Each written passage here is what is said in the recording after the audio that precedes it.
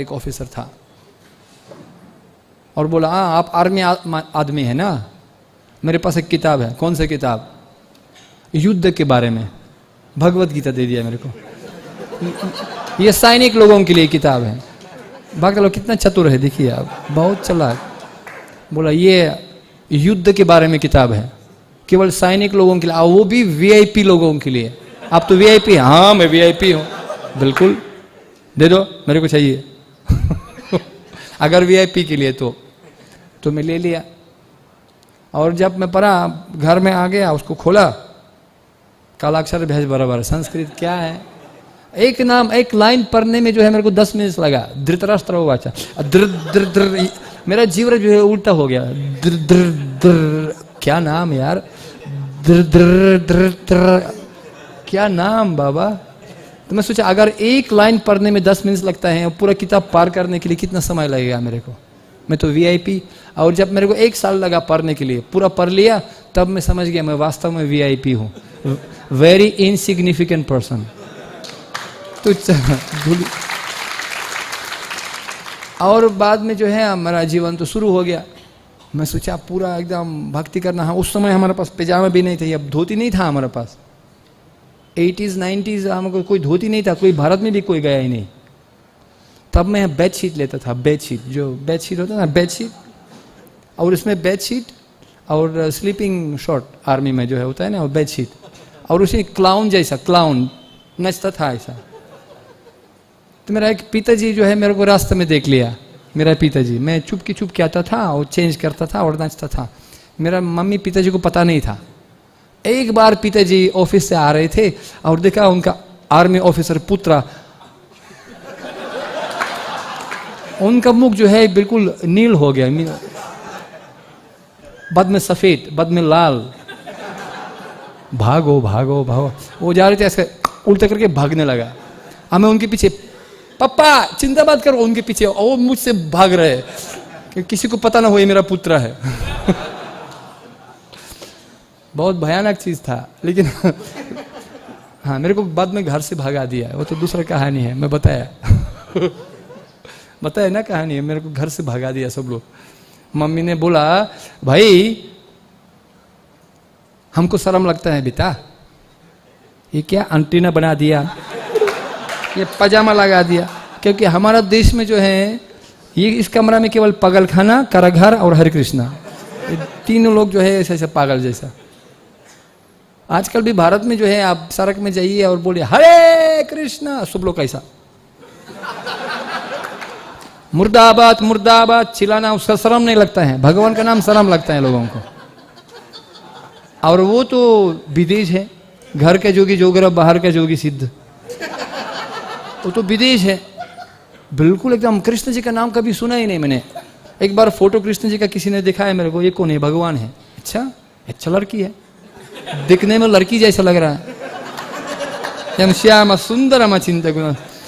तो आदमी ने बोला ये लड़की नहीं है, but he looks like girl, लड़की जैसा देख रहे हैं। नहीं, वो बोला it's not he looks like girl, it's girl looks like him.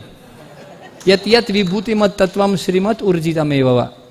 इस संसार का सुंदरता की कुछ नहीं है, केवल उनका बूंद भी नहीं है उनका सुंदरता से। इसलिए जो भी कुछ सुंदरता है, miss India, miss universe, mister universe, ये कुछ नहीं है भगवान के सामने। इसलिए सब लोग जो है प्रतिबिंब, उनका सुंदरता का प्रतिबिंब है इस संसार में सब लोग। अच्छा, तो मेरे को अच्छा लगा, पूरा विश्वास हो गया हमको। तो मेरे मम्मी ने बोला तुम बेटा तुम पागल हो गया। प्रभुपाद जी बोलता था, वो लोग बोलते हम लोग पागल, हम लोग बोलते वो लोग पागल, कौन पागल? तो बोला हमको बेटा हमको शर्म लगता है, हम लोग पड़ोसी लोग हंस रहे हैं, हमको पागल समझ के बोला तुमका बेटा जो है एलियन हो गया, पागल हो गया। कितना चार में ऑफिसर था, अभी देखिए क्या उनको बेचारा दुखी है, और हॉस्पिटल में जाइए डॉक्टर के पास। तो मम्मी बोला, क्योंकि मेरा बिजनेस मैनेजर, बैंक मैनेजर था वो, तो बेटा हमको शर्म लगता है, घर में मत आना।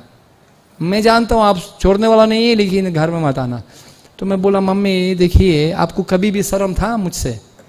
नहीं बेटा हमको तो गर्व था, आप तो हमारा आर्मी ऑफिसर है, हम 2 विद्यालय है, मेरा पूरा डिप्लोमा है, गर्व था, सबको बोलता था ये मेरा बेटा है। मेरा बेटा है, सबको बोलता था। अभी मैं क्या बोलूं, ये मेरा बेटा है, इसलिए घर में मत आना। तो मैं बोला मम्मी देखिए आपको कभी शर्म नहीं था और मैं वचन देता हूँ भविष्य में आपको कभी शर्म नहीं होगा, बस इतना तक मैं आपको बताऊंगा। मैं गया था 27 साल तक घर में नहीं आया। लेकिन अभी जानते होंगे मेरा मम्मी यूक्रेनियन, मेरा पिताजी रशियन, मैं न घर का न घाट का, मैं भारतीयन हो गया। अभी जब युद्ध हो गया मैं मम्मी को जो है बुलाया, मम्मी आप एक काम करो, मैं अपना पुत्र धर्म करूंगा, मैं आपको जो है पूरा भारत में तीर्थ स्थान घुमाऊंगा। ये तीर्थ बुद्धि से लेना कर चीज नहीं, सत्संग करूंगा, आपको साधु लोगों के साथ मिलवाऊंगा आपको। वो क्रिश्चियन है, क्रिश्चियन नहीं। ये तीर्थ सेवा या जीवन अपनी मृत्यु ही सहा। तीर्था कुर्वन्ति तीर्थानी, भक्तों को जो है भी तीर्थ बोलते हैं, मालूम है। और तीर्थ वो जगह है, उसको शब्द का अर्थ भी है पुल है। तीर्थ ये पुल है जो इस भौतिक संसार पार करने वाला तीर्थ है। तो भक्त हमको पार करते हैं। और तीर्थ ऐसा स्थान है जिस स्थान में जो है हम लोग सत्संग करके स्नान करके गंगा जी में हम लोग पार करते हैं इसी संसार को। तो पूरा घुमाया उसको। हरिद्वार में गया था। अच्छा, पहले जब भारत में आ गया 27 साल के बाद हमको नहीं मिला, फिर भी आ गया। उनको इंग्लिश नहीं आते हैं बिल्कुल, खा का घा नहीं है मालूम उनको। वो इटालियन जानते हैं, वो दूसरा भाषा जानते हैं, यूरोपियन भाषा, लेकिन इंग्लिश नहीं जानता था। जब आ गया एयरपोर्ट में, मैं उनको एयरपोर्ट में इंदिरा गांधी में मैं उसको स्वागत किया था। लेकिन मम्मी बहुत बड़ा तेज है, तो मैं सोचा कहाँ मम्मी है, कहाँ मम्मी, कैसे उसको चोर न जाए। लेकिन एक पुलिस आ गया, सर आपको रशियन आते हैं? आते हैं। आप थोड़ा सहयोग कीजिए, बहुत सहयोग करना है, थोड़ा सा। एक महिला आ गया, उनको थोड़ा अनुवाद करना है उनको। बोला नहीं मैं मम्मी को ढूंढ रहा हूँ, आगे खोजा, मैं नहीं जा पाऊंगा सर कि मम्मी आप बहुत सारे गेट में निकलेगा, बाद में उनको मिल नहीं पाऊंगा, बहुत भीड़ है, इसलिए मैं आपके साथ नहीं जा सकता हूँ। वो 3 स्टार ऑफिसर बोला प्लीज़ 2 मिनट्स के लिए, बहुत भीड़ हो गया, हम लोग नहीं जानते क्या करना है, उसको भाषा नहीं समझते हम लोग। चलो ठीक है, जल्दी मैं 1 मिनट के लिए जाता हूँ, ठीक है। मैं फटाफट गया था और देखा बहुत बड़ा भीड़ था। और भीड़ के भीड़ के बीच में जो है एक महिला ऐसा हाथ से कुछ, ये कौन है महिला। मैं जब आ गया और भीड़ तो साइड हो गया, मेरे मामी, मेरा मामी। वाह। तो मैं पुलिस को बोला ये मेरा मम्मी है। ओ सर जी ले जाओ उसको, इतना हम तंग कर रहे हैं, हमको आधा घंटे से परेशान हो गया हम लोग। तो मैं उनको गया और बाद में उसको ले लिया, हरिद्वार, ऋषिकेश, वृंदावन, मायापुर, जगन्नाथपुरी पूरा घुमा दिया। और हरिद्वार में जब मैं ले लिया उनको, हरिद्वार में ले लिया और हरिद्वार में ले लिया, बोला उनको गंगा जी में प्रवेश करना, गंगा जी में बैठना, जब तक महामंत्र नहीं सीखोगे तब तक मैं आपको निकलने नहीं दूंगा। आपको 20 मिनट 25 मिनट जो है राम कृष्ण ठंडा नहीं, हरे कृष्ण राम कृष्ण नहीं, गलत। ये सीख लिया 20 मिनट के 25 मिनट से सीख लिया हरे कृष्ण महामंत्र।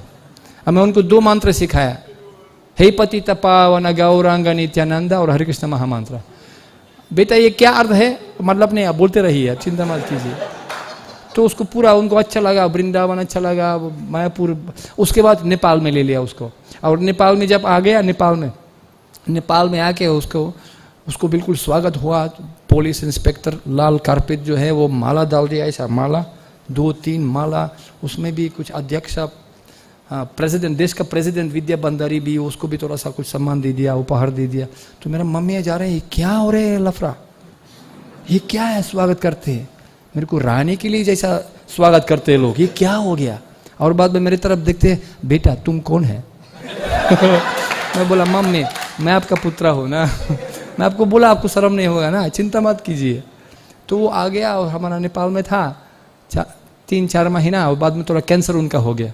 और उन्होंने बोला, मैं सोचा मेरे पास एक पुत्र है, अभी मेरे पास बहुत सारे पुत्र बहुत पुत्री है, मेरा परिवार मेरा। और बाद में तो और उन्होंने बाद में थोड़ा कैंसर हो गया उनका, तो भक्त लोग उनको थोड़ा हॉस्पिटल में डाल दिया, कैंसर हॉस्पिटल। मेरा दोस्त है, उसमें पूरा 1-2 महीना उसमें पूरा फर्स्ट क्लास कमरा, एवरीथिंग फर्स्ट क्लास। लेकिन उनको भक्त लोग सेवा किया था, माता जी लोग सेवा किया था, ऐसा सेवा जो मैं भी नहीं कर सकता वैसा सेवा किया उनको। बाद में मेरा मम्मी कमज़ोर हो गया। अब जब कमज़ोर हो गया, बाद में क्या करूँ, उसको चल नहीं पा रहे, मम्मी क्या करना। बोला मेरे को वृंदावन में ले चलो। कहाँ आपका कृष्ण है, उधर ले चलो। अच्छा कैसे ले जाएंगे, आपको चल नहीं पाएंगे आप।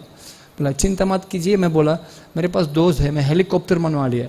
तो हमारा बागता लोग जो है एक साथ हेलीकॉप्टर मनवा लिया। तो मैं बोला मैं कमांडो ऑफिसर, आपको हेलीकॉप्टर पे वृंदावन पहुंचा देंगे आपको। तो बोला भाई मैं तो हेलीकॉप्टर में कभी जीवन में नहीं हो रहा है, चिंता मत, एक अनुभव करना है ना, क्या हो जीवन में सब कुछ करना है। तो हम लोग हेलीकॉप्टर में उसको ले लिया।